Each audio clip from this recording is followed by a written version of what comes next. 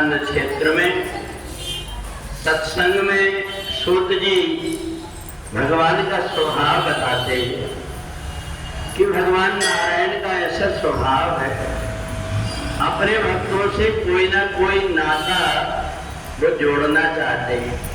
और इसलिए भगवान से त्वमेव माता का पिता त्वमेव, जितने भी नाता हम जोड़ना चाहे परमात्मा से हम जोड़ सकते हैं। और इसलिए जो नाता जोड़ लेता है परमात्मा से, उसके साथ हमेशा परमात्मा रहते हैं। एक समय बलि ने नर्मदा जी के किनारे यज्ञ किया, यज्ञ से देवताओं को कष्ट हुआ, परंतु भगवान ने सोचा कि देखो ये सत्कर्म कर रहा है, इसलिए भगवान ने वामन रूप धारण करके देवताओं को खुश करने के लिए सारा राजपाट बलि से मांग लिया। उसने साहस दे दिया। जब भगवान ने सोचा कि इसने मेरे को सब कुछ दे दिया, तो जिसने सब कुछ मेरे को दे दिया वो तो मेरे को अति प्रिय है। इसलिए भगवान ने कहा कि बलि, जब तुम्हारे देने का नंबर आया तो तुमने सब कुछ दे दिया, अब तुम्हारा मांगने का नंबर है, मांगो। तो बलि ने कहा प्रभु मेरे को आपसे और कुछ नहीं चाहिए, आप ही मेरे को चाहिए।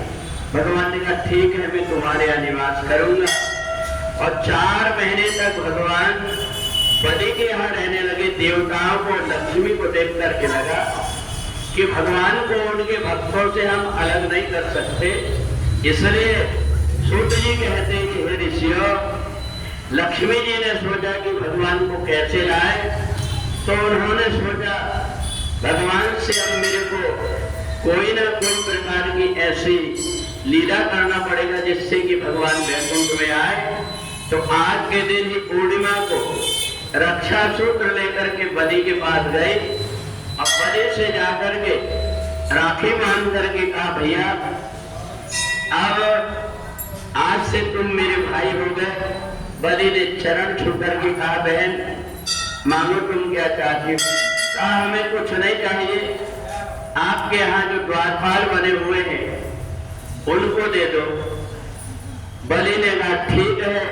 भगवान ने कहा देखो मैं दोनों के साथ अन्याय नहीं कर सकता, इसलिए 4 महीने बलि के पास रहूंगा, शेष समय अपने वैकुंठ में रहूंगा। तो आज का वो दिन जरा सा धागा बांधने मात्र से और भगवान को लेकर के वैकुंठ आ गई लक्ष्मी जी। और बलि ने भगवान से नाता जोड़ा तो उन्हें 4 महीने तक भगवान के अनवरत दर्शन होते हैं। तो जहाँ भगवान चातुर्मास करते हैं वहां पर बलि रात दिन भगवान के दर्शन करते रहता है। तो इसलिए भगवान से कोई ना कोई नाता अगर कोई व्यक्ति जोड़ लेता है तो भगवान हमेशा उसके साथ होते हैं।